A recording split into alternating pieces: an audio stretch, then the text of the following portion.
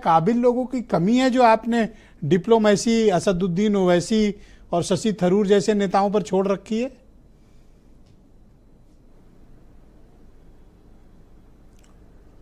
ब्रिजेश जी, ये आपके देखने का अपना नजरिया है।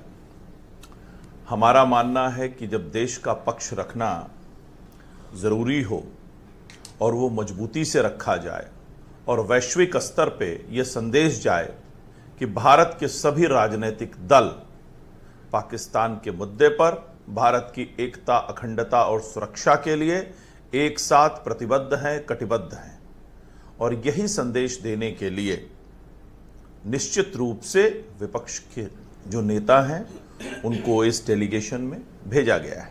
और ऐसा पहली बार नहीं हुआ है। आपको पता ही होगा कि नरसिम्हा राव जी ने भी अटल बिहारी वाजपेयी जी को भेजा था, तो इसका मतलब ये थोड़े ना था कि उस समय कांग्रेस में काबिल नेताओं की कमी थी। देश सबका है, ये देश भारतीय जनता पार्टी के नेताओं का नहीं है और ना ही सिर्फ कांग्रेस पार्टी के नेताओं का है। ये देश हर राजनीतिक दल जो इस भारत में राजनीति कर रहा है उसका है। इस देश के सर, मुझे तो अचरज हो रहा है क्योंकि आपकी राजनीति और आपका ये स्टेटमेंट दोनों चीजें मैच नहीं करती हैं। मैं तो कह ही रहा हूं सर, शुरू से कहता हूं आनंद जी, ये देश सबका है सर। मैं कहां अपनी बात से डिगा हूं सर? तो हम भी तो यही कह रहे हैं। कहां हमने कहा ब्रिजेश जी कि ये देश सिर्फ हमारा है, किसी और का नहीं है? हमने तो कभी नहीं कहा।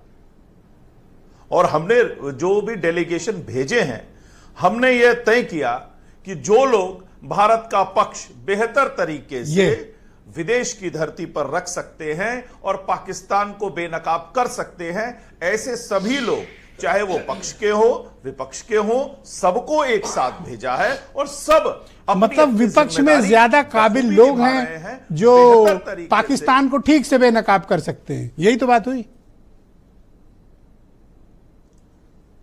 ब्रिजेश जी, मैंने फिर कहा ना, राष्ट्रीय एकता, अखंडता के मुद्दे को पक्ष और विपक्ष के रूप में नहीं देखा जाता।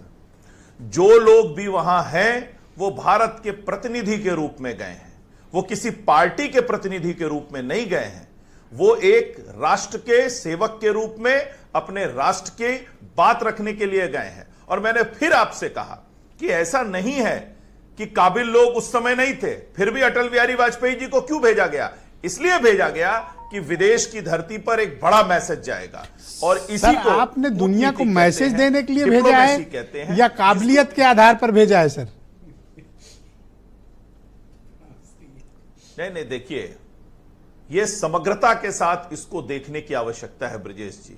अगर आप इसको मुख्तलिफ हिस्सों में देखेंगे, टुकड़ों में बांट के देखेंगे, तो ऐसा ही दिखाई देगा। लेकिन समग्रता के साथ आप इसको जिस असदुद्दीन ओवैसी और शशि थरूर को गालियों से पूरा इंटरनेट भरा रहता था, आज भारत का पक्ष आज तो साहब वो दूल्हे राजा हैं, बेनकाब कर रहे हैं। आज ओवैसी साहब तो दूल्हे राजा हैं। उनकी तो बाइट इंटरनेट पे इस तरह वायरल इस समय हो रही है जैसे ओवैसी से बड़ा कोई देशभक्त है ही नहीं इस समय।